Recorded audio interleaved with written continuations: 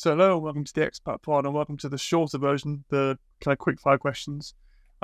This week I'm joined by Sean. You may have listened to the full-length episode, which has already been out, and thought we want to understand more about Sean's experiences. Then you're here to join us. So thank you. And if you haven't subscribed yet, please do go, and you'll hear more amazing work. And if you haven't watched the full-length episode yet, then please go and do that, because Sean does explain a lot of amazing life and nuggets of information about living in Turkey and Istanbul and what it was like to explore the artist scene. So Sean, I guess the first question I have is, what's the favourite place you've ever lived?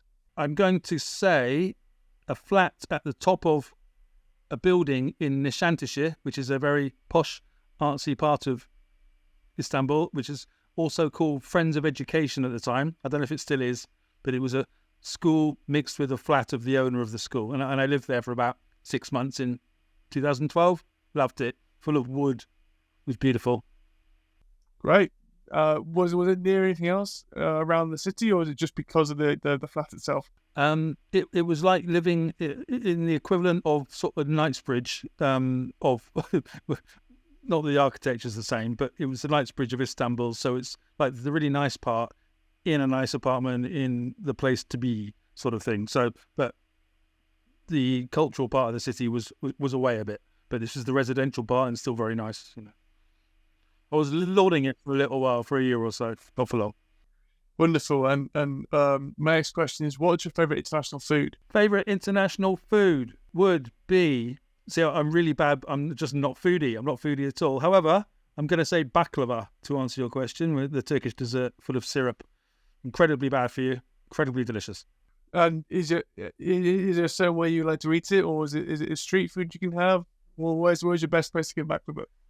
It's in almost every restaurant. On every, they've actually got specialist baklava shops in Turkey, and sort of dessert shops. They put it in the window. It's this syrupy-looking brown cake thing, which is full of pastry, and the syrup's put in there. It's just unbelievably rich. I can't do more than one cube of it.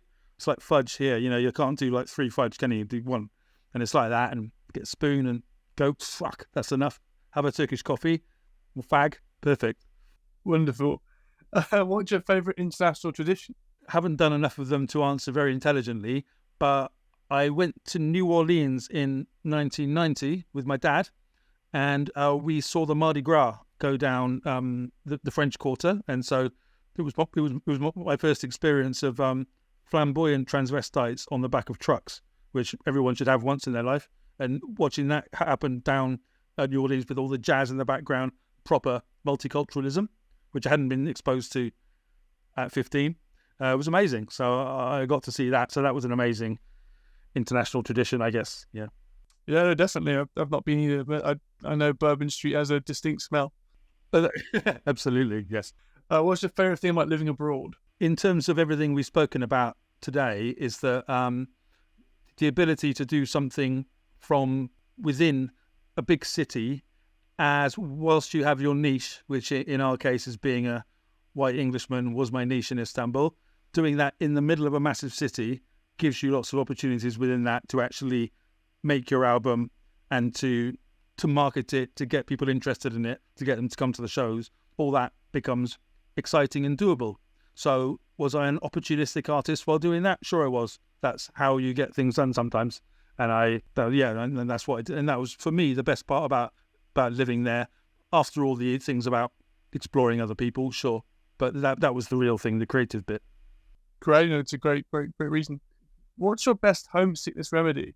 In all honesty, the answer to that one was Facebook, because it was just coming up in 2003-04 when I went out there, and I kept up with some of those British pals on Facebook Messenger, and they'd be like, "Hello, Sean, how's it going? You all right? Everything fine?" And you'd come back to that overnight, and it'd be really nice and kind of grounding to the UK. So, if you want to watch BBC World, BBC News, all that stuff is available on all over the bloody world. So it's that's a pretty good one as well. You get I know that's something else, but you know what Let's count down. Going for the jingle. That could be a good homesick remedy as well, watching countdowns. But No, absolutely. Yes. What's the hardest thing about living abroad? I think the honest answer to that one is that a sense that you're not competing. I'm not a competitive guy. Being an artist type, I'm not competitive. However, you want to compete professionally on your own country's level and understandings of things. Being on that level of, to get an exhibition at the Royal Albert Hall is a different challenge from getting an exhibition at Istanbul IKSV, which is their version. So I wanted to get out of that niche and into getting back to doing this in Britain, I suppose. So there's a certain homesickness in terms of being on a creative level, be the worst thing. But it's not bad, it's just different. What's the best phrase you've learnt whilst living abroad?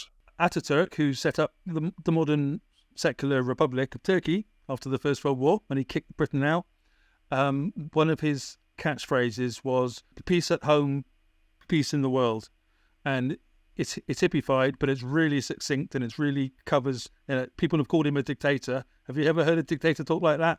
So it's like it's not quite that simple, and it's just very, very nicely put. Peace at home, peace in the world. Lovely. No, it's really, that rings true. What's your best way of making new friends? I'm a very open person, so if I don't try, if a person wants to be a pal, they can be a pal. It's up to them. I just let things happen organically, and it can't happen with everybody.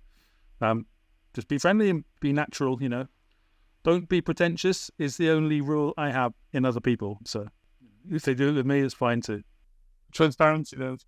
Transparency, yeah. As much as they want to be, unless they're international criminal of some sort, they might not want to be so much. What's the best thing to do in your new city? Obviously, now you're back home, but what was the best thing to do in Turkey or Istanbul? It's just exploring the image that you have in your imagination to the reality of it is really interesting, isn't it? The images I had of Istanbul were perhaps the mosques and the bridges and things like that, and then comparing that to the reality of them with your own eyes is a very interesting and exciting thing to do, and to see the nature of the people walking about and how they operate with each other. I don't know, just keeping your eyes open and taking it all in. That's a very good point. We should do it everywhere we live, I suppose. And then my last question, I suppose, is what's your best expat life hack?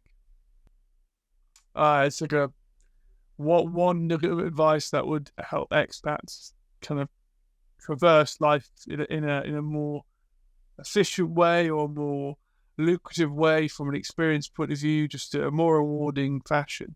It can be whatever you wish to interpret it, really. It's the advice thing again, isn't it? Which, I'm just no good at advice. The present perfect tense, probably. That would be That's not so much hacking.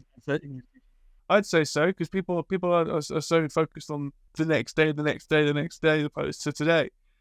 So I guess you're more than welcome to use that as advice and as a hack, because we all forget about it. I certainly do. I'm always thinking about what we're going to do next, as opposed to what we're doing right now. And I need to meditate in order to get used to it. So there we go, James. You're talking about existentialism now. That's very much my area. So yeah, just be happy, do the now. Don't think about it too much, and don't get sucked up in identity politics. That's my main hack. Avoid identity politics. Enjoy living. Wonderful. What a great thing to end on. Thank you for your time again. Thank you for sharing this wonderful Thursday evening with me.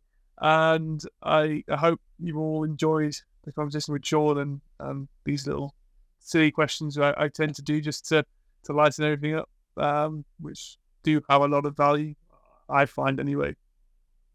If you have enjoyed it, then please do let us know in the comments. Please do get in touch. Please do go look at the end of the previous episode where Sean shares his book and his music, and they are linked in the show notes. So do go understand the background of Sean and his incredible experience.